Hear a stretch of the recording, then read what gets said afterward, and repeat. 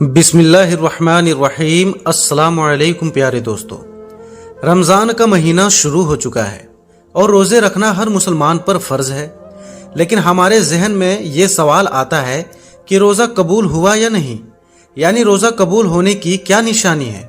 پیارے دوستو، تو بنے رہیں اس ویڈیو میں آخر تک، بس اس ویڈیو کو ایک لائک کر دیں، ہم آپ کو اسی ویڈیو میں سب کچھ بتانے والے ہیں۔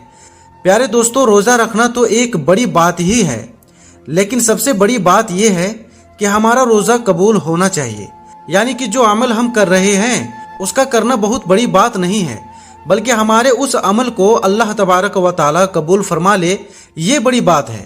ہم روزہ رکھ رہے ہیں، یہ تو فرض ہے، لیکن اللہ تبارک و تعالی ہمارا روزہ قبول کر لے، یہ اس سے بھی بڑی بات ہے۔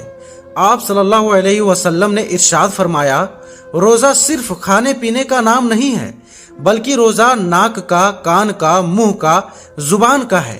جیسے زبان سے کوئی غلط بات نہ بولی جائے، کانوں سے غلط چیزوں کو نہ سنا جائے، اور اگر پھر بھی وہ غلط کام کرتا رہے، یعنی روزہ رکھ کر بھی وہ غلط کام کرتا ہی رہے، تو آپ صلی اللہ علیہ وسلم نے ارشاد فرمایا اس کا روزہ نہیں ہے بلکہ فاقہ ہے۔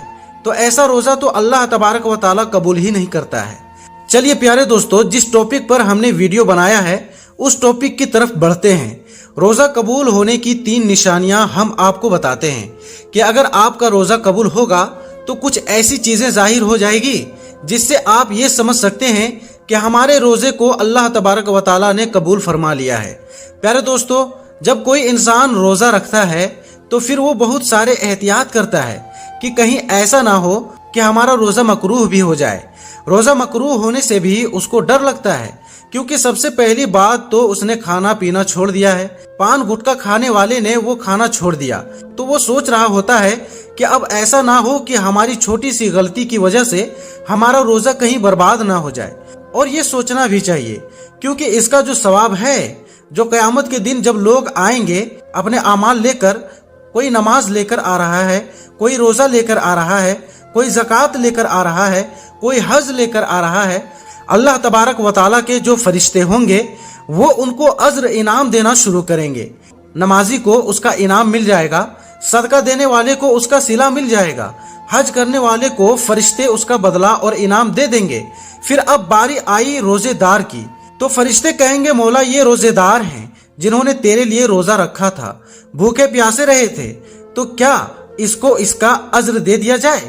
تو اللہ تبارک و تعالیٰ فرمائے گا، فرشتوں پیچھے ہٹ جاؤ، اس کا روزہ خالص میرے لیے تھا اور میں خود اس کے روزے کا اجر عطا کروں گا۔ کیونکہ انسان نماز میں دکھاوا کر سکتا ہے، صدقہ دینے میں دکھاوا کر سکتا ہے، لیکن روزہ رکھنے میں انسان دکھاوا نہیں کر سکتا، کیونکہ وہ تو خود ہی جان پائے گا۔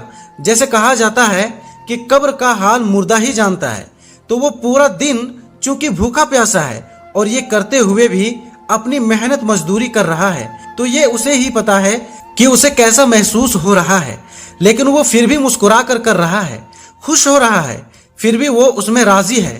تو اللہ تبارک و تعالیٰ قیامت کے دن ان کو اجر عطا کرے گا۔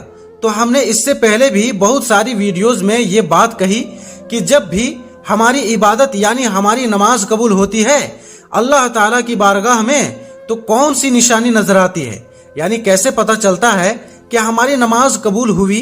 جیسے اگر آپ نے نماز پڑھی، مثلا آپ نے فجر کی نماز پڑھی، فجر کی نماز پڑھنے کے بعد آپ نے ظہر کی نماز پڑھ لی، یعنی آپ کو ظہر پڑھنے کی توفیق مل گئی، تو اس بات کی نشانی ہے کہ آپ کی فجر کی نماز کو اللہ تبارک و تعالیٰ نے قبول فرما لیا۔ تو ایسا کیوں کہا؟ کیونکہ آپ کے دروازے سے نہ جانے روزانہ کتنے لوگ گزرتے ہوں گے، تو کیا آپ کسی کو گھر کے اندر بلاتے ہیں؟ نہیں نا، یعنی آپ جن سے محبت کرتے ہیں، جو آپ کے خاص ہے، ان کو بلاتے ہیں۔ اگر کوئی ایک بار آپ کے گھر آ گیا اور آپ کو اگر اس کا آنا بہت اچھا لگا، پھر آپ اسے پھر سے انوائٹ کرو گے کہ بھائی آ جاؤ، تھوڑی دیر بیٹھ لو، ہم باتیں کرتے ہیں، گفتگو کرتے ہیں۔ یعنی جب کسی انسان کا آپ کو کوئی کام اچھا لگتا ہے یا اس کا رویہ اچھا لگتا ہے، تو آپ اسے بار بار اپنے پاس بیٹھانا چاہتے ہو، اس سے باتیں کرنا چاہتے ہو۔ اسی طرح سے جب اللہ تعالیٰ کسی کی نماز کو قبول فرما لیتا ہے تو پھر اگلی نماز کی اس کو توفیق عطا فرما دیتا ہے، وہ اگلی نماز بھی پڑھ لیتا ہے۔ جب اللہ اسے پڑھنے کی توفیق دیتا ہے تو یہ نشانی ہوتی ہے پچھلی نماز کو اللہ تعالیٰ نے قبول فرما لیا۔ اور اگر ہمیں نماز پڑھنے کا وقت نہیں مل رہا ہے تو ہم یہ نہ سوچیں کہ ہمیں وقت نہیں ملا اس لیے ہم نے نماز نہیں پڑھی، بلکہ یہ سوچا کریں کہ ہم کتنے بڑے گنہگار ہیں کہ اللہ تعالیٰ نے ہمیں اپنے سامنے کھڑا کرنا بھی پسند نہیں کیا۔ اسی طرح سے روزہ اگر ہم نے ایک روزہ رکھا اس کے بعد ہم نے اگلا روزہ بھی رکھ لیا تو یہ اس بات کی نشانی ہوگی کہ ہمارے پچھلے روزے کو اللہ تبارک و تعالیٰ نے قبول فرما لیا۔ لیکن اس کا مطلب یہ نہیں ہے کہ آپ روزہ رکھ کر بھی غلط کام کر رہے ہیں، جھگڑا کر رہے ہیں، گالی گلوچ کر رہے ہیں، جو نہیں دیکھنا چاہیے وہ دیکھ رہے ہیں، جو نہیں سننا چاہیے وہ سن رہے ہیں، یعنی وہ سارے کام آپ کر رہے ہیں جو روزہ رکھ کر جن سے اللہ تعالیٰ نے روکا ہے، اور پھر آپ اپنے ہٹ کرمی میں روزہ رکھ رہے ہیں کہ ہمیں تو روزہ رکھنا ہے، ہمیں تو پیاس لگتی نہیں ہے۔ تو میرے دوست، اگر آپ کو پیاس لگتی نہیں ہے تو پھر آپ روزہ رکھ رہے ہو تو پھر آپ کے روزے رکھنے کا کیا مطلب ہے؟ انسان کمزور ہے اور اللہ کو یہی ادا تو پسند ہے کہ دیکھو میرے بندے کو بھوک بھی لگ رہی ہے، پیاس لگ رہی ہے، لیکن پھر بھی میرے لیے بھوکا ہے۔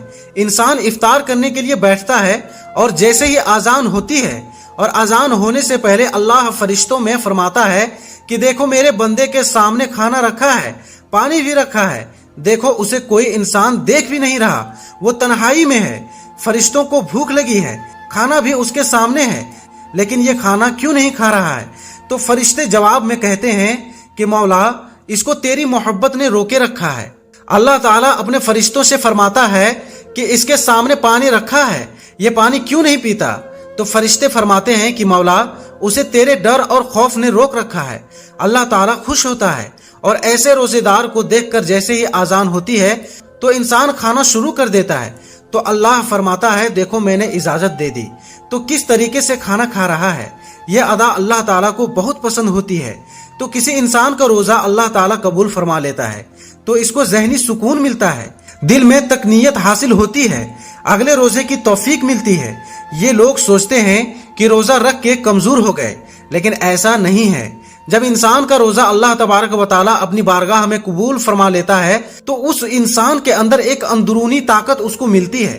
اگر اوپر سے وہ دکھ رہا ہوگا کمزور ہے، لیکن اندر سے اسے ایک طاقت اور قوت ملتی ہے، وہ بندہ خود محسوس کرنے لگتا ہے۔ یہ روزے کا کمال ہے، اس لیے روزے کو ہرگز مس نہ کریں۔